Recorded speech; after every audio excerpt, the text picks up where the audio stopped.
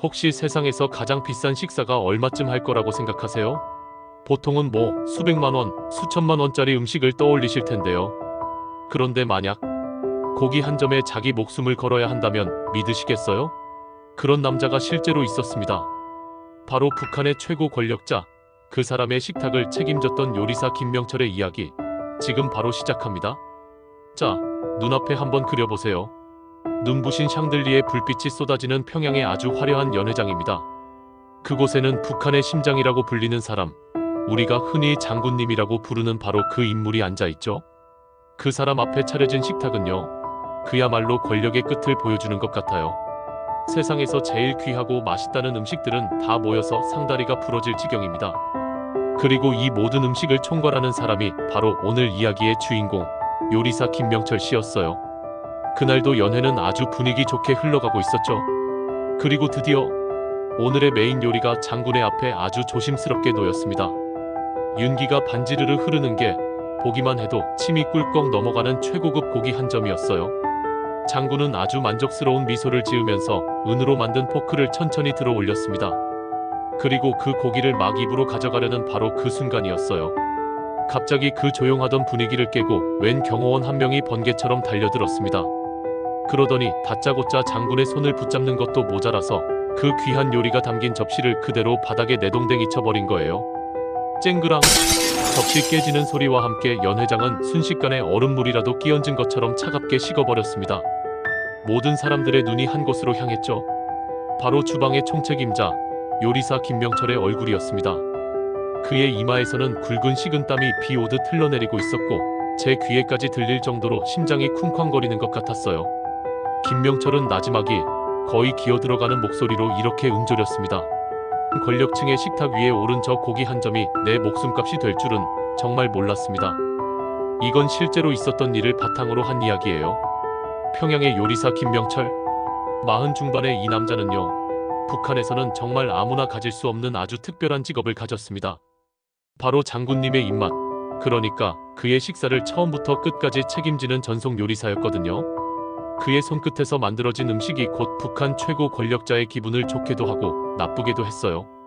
그리고 그 기분이 곧 나라 전체의 분위기를 결정했으니까요. 그의 어깨가 얼마나 무거웠을지 상상이 되시죠? 그 덕분에 매일 아침마다 국가보위부 요원들이 타는 검은색 승용차가 집 앞에 와서 그를 모셔가는, 남들이 보기엔 정말 대단한 권세를 누리는 사람처럼 보였습니다. 하지만 그는 알고 있었어요. 이 화려한 대우가 사실은 자기를 꽉 옥죄는 보이지 않는 감옥이나 마찬가지였다는 걸요. 장군님의 입맛은 또 얼마나 까다로운지 하늘처럼 높고 바다처럼 깊어서 그의 식탁에는 저희 같은 평범한 사람들은 평생 구경도 못할 귀한 재료들만 올라가야 했습니다. 어떤 날은 깊은 산속에서만 자란다는 귀한 송이버섯을 구해와야 했고, 어떤 날은 남쪽 대한민국에서만 구할 수 있다는 최고급 한우를, 또 어떤 날은 러시아의 차가운 바다에서만 잡힌다는 철갑상어의 알, 캐비어를 식탁에 올려야 했죠. 이런 말도 안 되는 재료들을 구하려고 김명철은 자기 손을 더럽히는 일도 마다하지 않았어요. 캄캄한 밤에 두만강을 건너서 중국이나 러시아의 밀수꾼들을 만나고 국경을 지키는 군인들한테는 두둑하게 돈을 찔러주기도 했죠. 필요하면 서류를 꾸며서 원산지를 바꾸는 일도 아무렇지 않게 했습니다. 이 모든 게 오직 장군님의 맛이 좋군 이 한마디, 그 만족스러운 표정 하나를 보기 위해서였어요. 권력에 가장 가까운 곳에서 그의 비위를 맞추는 삶, 물론 달콤한 영광이었겠죠. 하지만 그 영광 뒤에는 언제나 시퍼렇게 날이 선 칼날이 숨어 있었습니다. 주방에서 저지르는 아주 작은 실수 하나, 예를 들어서 국이 조금 짜다거나 밥이 설익는 정도의 실수는 그냥 다음부터 잘해하고 넘어가는 법이 없었어요. 그건 바로 최고 존엄에 대한 불경죄, 심하면 반역행위로 몰려서 저 북쪽의 차가운 강가에서 차가운 총알을 맞아야 하는, 즉 사형이라는 끔찍한 벌을 받을 수도 있는 일이었습니다. 그러니까 김명철은 매일같이 칭찬과 죽음 사이에서 아슬아슬하게 외줄타기를 하고 있었던 거예요. 그의 주방은 맛있는 음식을 만드는 공간이 아니라 매일같이 목숨을 건 전쟁을 치러야 하는 전쟁터였던 셈이죠. 사건은요, 바로 그날 터졌습니다. 유난히 하늘도 맑고 날씨도 좋았던 그런 날이었는데 말이죠. 김명철은 며칠 전에 러시아 밀수꾼이랑 아주 어렵게 연락해서 특별히 구해온 사슴고기를 장군님의 저녁 식탁에 올리기로 마음먹었어요. 시베리아의 그 혹독한 추위를 이겨낸 야생, 사슴의 고기는 맛과 향이 정말 끝내줘서 장군님도 아주 큰 기대를 하고 있었거든요. 김명철은 자기의 모든 기술과 정성을 정말 쏟아부어서 이 사슴고기를 요리했습니다. 한 점 한 점 정성스럽게 썰고 최고의 향신료로 맛을 냈죠. 그의 주방 동료들조차 와, 역시 명철 동지답습니다 하면서 칭찬을 아끼지 않았어요. 이건 완벽하다. 그는 스스로 그렇게 확신했습니다. 그렇게 최고의 요리가 드디어 장군의 앞에 놓였어요. 장군은 만족스러운 표정으로 식사를 시작하려고 포크를 들었죠. 바로 그 찰나 보위부 소속의 한 검사관이 숨을 헐떡이면서 연회장으로 뛰어들어왔습니다. 그는 장군의 식사를 가로막고는 마치 세상이라도 무너진 것 같은 표정으로 충격적인 말을 내뱉었어요. 지금 막 식탁에 오른 저 사슴고기에서 절대 나와서는 안 될 금지 성분이 아주 많이 나왔다는 겁니다. 그 성분이라는 게 음식이 상하지 않게 하려고 쓰는 화학 방부제 같은 거였는데 사람 몸에는 아주 치명적인 독성을 가지고 있었어요. 누가 일부러 아주 나쁜 마음을 먹고 넣지 않고서는 절대 그렇게 많이 나올 수가 없는 양이었습니다. 이건 단순한 실수가 아니었어요. 북한에서는 가장 끔찍한 죄, 바로 최고 존엄의 목숨을 노린 명백한 암살 시도였던 겁니다. 장군의 얼굴은 순식간에 분노로 시뻘개졌다가 이내 얼음장처럼 차갑게 굳어졌습니다. 그 자리에서 당장 이 사건의 배후를 하나도 빠짐없이 모조리 색출해서 자기 앞에 끌고 오라는 지옥의 악마도 울고 갈 만큼 무서운 명령이 떨어졌죠. 모든 의심의 화살은 너무나도 당연하게 요리의 총책임자인 김명철에게로 향했습니다. 그는 수십 개의 총구가 자기를 겨누는 것 같은 섬뜩한 기분을 느꼈어요. 김명철은 그 자리에서 무릎을 꿇고 살려달라고 필사적으로 소리쳤습니다. 장군님, 저는 절대 그런 짓을 하지 않았습니다. 제 모든 것을 걸고 맹세합니다. 저는 죄가 없습니다. 하지만 누가 그 말을 믿어주겠어요? 그의 외침은 그저 차가운 공기 속으로 흩어질 뿐이었죠. 고기는 그의 주방에서 나왔고 그의 손을 거쳐서 식탁에 올라왔으니까요. 그 누구도 그의 말을 믿어주지 않았습니다.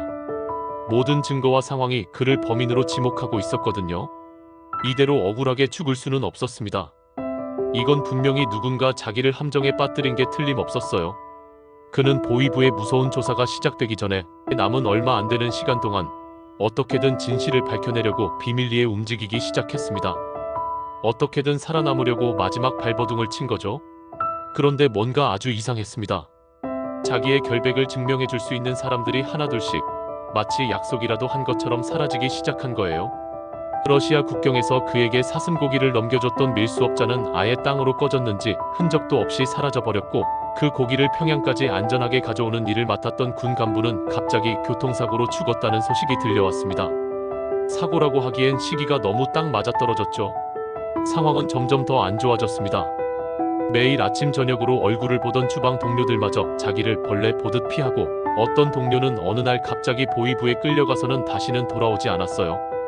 김명철은 그때 서서히 깨달았습니다. 마치 보이지 않는 거대한 그물망이 자기를 향해 맹렬하게 좁혀오는 것 같은 그런 끔찍한 느낌을 받은 거예요. 누군가 주변을 아주 깨끗하게 청소하고 있었던 거죠. 그를 감시하고 미행하는 건 날이 갈수록 더 심해졌고 나중에는 그의 아내와 어린 아들딸까지 들먹이면서 협박을 해왔습니다. 이제 정말 꼼짝없이 덫에 걸린 쥐 신세가 된 거예요. 결국 버틸 힘을 모두 잃은 김명철은 차디찬 보위부 취조실의 낡은 의자에 앉게 됐습니다. 깜빡이는 희미한 전구 불빛 아래 한 취조관이 그의 앞에 앉아서 서류를 뒤적이더니 아무런 감정도 없는 목소리로 툭 던지듯 말했어요. 이보시오, 명철 동무. 우리가 다 알고 있으니까 괜히 힘 빼지 마쇼. 이건 이미 처음부터 아주 잘 짜인 각본이었어. 동무는 그냥 마지막에 이름만 올리면 되는 주연 배우 같은 거라니까. 그 말을 듣는 순간 김명철은 모든 걸 포기했습니다. 저항할 힘도 의지도 남아있지 않았어요. 하지만 딱 하나, 마지막 의문이 그의 머릿속을 떠나지 않았습니다. 도대체 누가, 왜 이렇게까지 잔인하고 완벽한 각본을 쓴 걸까? 내 목숨을 대가로 도대체 뭘 얻으려고 하는 걸까? 모든 희망을 놓고 차가운 감방에서 죽을 날만 기다리던 김명철의 머릿속에 문득 한 사람의 얼굴이 안개처럼 희미하게 떠올랐습니다. 바로 자기 밑에서 묵묵히 일하던 부주방장 최금희였습니다. 그녀는 언제나 조용하고 성실했어요. 김명철이 소리를 지르고 윽박질러도 아무 말 없이 자기 일을 해냈고 때로는 그의 건강까지 챙겨주던 정말 그림자 같은 사람이었죠. 그런데 이상했습니다. 취조실에서 들었던 이미 짜인 각본이라는 말과 사건이 터지기 전에 최금희가 보였던 아주 작은 행동들이 머릿속에서 퍼즐 조각처럼 딱딱 맞춰지기 시작하는 겁니다. 생각해보니 그 수상한 러시아 밀수 루트를 처음 제안했던 것도 그녀였고, 문제의 사슴고기가 들어오는 날짜를 자기한테 몇 번이나 다시 확인하면서 보고했던 것도 그녀였습니다. 심지어 사건이 터진 후에 주방 동료들이 자기를 의심하도록 뒤에서 분위기를 몰아갔던 것도 어렴풋이 그녀의 모습이 보였어요. 그 조용했던 모습이 충성심이 아니라 자기 계획을 숨기려고 했던 완벽한 연기였던 거죠. 김명철은 마지막 힘을 다해서 간수에게 부탁했습니다. 죽기 전에 최금의 동물을 딱 한 번만 만나게 해달라고요. 어차피 죽을 목숨, 마지막으로 꼭 확인할 게 있다는 그의 처절한 부탁 때문이었을까요? 기적처럼 두 사람의 만남이 이루어졌습니다. 면회실에서 마주 앉은 최금희는 더 이상 예전의 그 조용한 부하 직원이 아니었어요. 그녀의 얼굴에는 모든 걸 다 가졌다는 듯 여유로운 미소가 걸려 있었습니다. 김명철이 떨리는 목소리로 자기의 추리를 하나씩 이야기하자 최금희는 박수를 치면서 크게 웃었습니다. 역시 장군님의 입맛을 사로잡은 요리사답네요. 눈치가 그 정도는 있어야죠. 맞아요. 전부 내가 한 일이에요. 그리고 그녀는 정말 충격적인 이야기를 털어놓기 시작했습니다. 혹시 내 아버지 기억하세요? 석 달 전쯤에 당신이 주방에서 아주 작은 실수 하나 했다고. 사람들 앞에서 개망신을 주고 내쫓았던 바로 그 늙은 요리사 말이에요. 평생을 주방에서 살아온 우리 아버지는 그날 이후로 밥도 안 드시고 시름시름 앓다가 결국 돌아가셨어요. 당신이 뱉은 그 차가운 말 한마디가 우리 아버지 목숨을 앗아간 거란 말입니다. 그래서 결심했어요. 당신이 그토록 소중하게 여기는 그 영광스러운 식탁 위에 똑같이 올려주기로 말이에요. 그랬습니다. 최금희의 아버지는 예전에 김명철의 주방에서 일하다가 국의 온도가 장군님이 좋아하는 것보다 딱 1도 높다는 정말 사소한 이유로 모든 사람 앞에서 모욕을 당하고 쫓겨난 비운의 요리사였습니다. 김명철에게는 그냥 스쳐 지나가는 수많은 실수 중 하나였을지 모르지만 최금희와 그녀의 아버지에게는 세상이 무너지는 것 같은 끔찍한 일이었던 거죠. 최금희는 아버지의 복수를 위해서, 그리고 김명철이 그토록 지키고 싶어 했던 장군님의 전속 요리사라는 그 영광스러운 자리를 빼앗기 위해서 이 모든 일을 아주 치밀하게 꾸몄던 겁니다. 그녀는 러시아 거래상이랑 미리 짜고 일부러 독성 물질이 묻은 고기를 들여왔고, 보위부 안에 있는 자기 편, 그러니까 자기의 먼 친척벌 되는 간부랑 손을 잡고 이 모든 걸 김명철의 암살 시도로 완벽하게 꾸몄습니다. 권력에 대한 욕심이랑 아버지에 대한 복수심이 합쳐져서 정말 무서운 함정을 만들어낸 거였어요. 모든 진실이 밝혀졌지만 이미 거대한 톱니바퀴는 돌이킬 수 없이 굴러간 뒤였습니다. 김명철의 처형은 예정대로 진행될 예정이었죠. 처형을 불과 몇 시간 앞둔 김명철은 놀랍게도 장군에게 마지막 소원을 전해달라고 부탁합니다. 제 인생의 마지막으로 장군님을 위한 요리를 단 한 번만 더 만들게 해주십시오. 다들 미친 짓이라고 생각했지만 어찌된 일인지 장군은 그의 마지막 부탁을 들어주었습니다. 이게 그냥 최고 권력자의 변덕이었을까요? 아니면 모든 걸 잃은 사람의 마지막 모습이 궁금했던 그런 잔인한 호기심이었을까요? 김명철은 그렇게 다시 한번 하얗고 빳빳한 요리사복을 입고 자기가 평생을 바쳤던 그 익숙한 주방에 섰습니다. 그의 손놀림에는 조금의 망설임도 두려움도 없었어요. 오히려 평소보다 더 부드럽고 우아했죠. 마치 평생의 모든 것을 쏟아붓는 위대한 예술가처럼 그는 자신의 마지막 요리를 하나하나 정성스럽게 완성해 나갔습니다. 마침내 요리가 끝나고 김명철은 자기 손으로 직접 그 음식을 장군에게 올렸습니다. 그리고 그는 알 수 없는 아주 묘한 미소를 지으면서 마지막 한마디를 나지막이 남겼죠. 장군님, 이것은 제가 장군님께 마지막으로 올리는 제 인생 최고의 작품입니다. 카메라는 김이 모락모락 피어오르는 그 신비로운 요리와 그 요리를 말없이 내려다보는 장군의 얼굴, 그리고 그 옆에서 이제 모든 게 끝났다고 확신하며 흐뭇하게 서 있는 최금희의 얼굴을 차례로 비춥니다. 그런데 바로 그때 장군의 표정에 아주 미세한 변화가 생깁니다. 그는 요리의 맛을 보기도 전에 접시 위에 놓인 음식의 모양을 뚫어져라 쳐다보고 있었어요. 그건 그냥 평범한 요리가 아니었습니다. 김명철이 마지막으로 올린 그 요리는요, 몇 년 전 장군이 비밀리에 추진했던 어떤 중요한 작전의 실패와 관련된 오직 장군과 정말 몇 안 되는 최측근만이 아는 어떤 상징적인 모양을 하고 있었던 겁니다. 그리고 더 놀라운 건 그 작전을 실패로 이끌었던 책임자가 바로 최금희가 손을 잡았던 보위부의 바로 그 간부였다는 사실이죠. 김명철은 마지막 요리를 통해 말하고 있었던 겁니다. 저를 함정에 빠뜨린 것은 최금희이고 그 뒤에는 과거에 장군님을 배신했던 바로 그 간부가 있습니다 하고요. 그는 음식으로 오직 장군만이 알아볼 수 있는 마지막 비밀 편지를 보낸 셈이죠. 장군은 천천히 고개를 들어서 김명철을 한번 쳐다봅니다.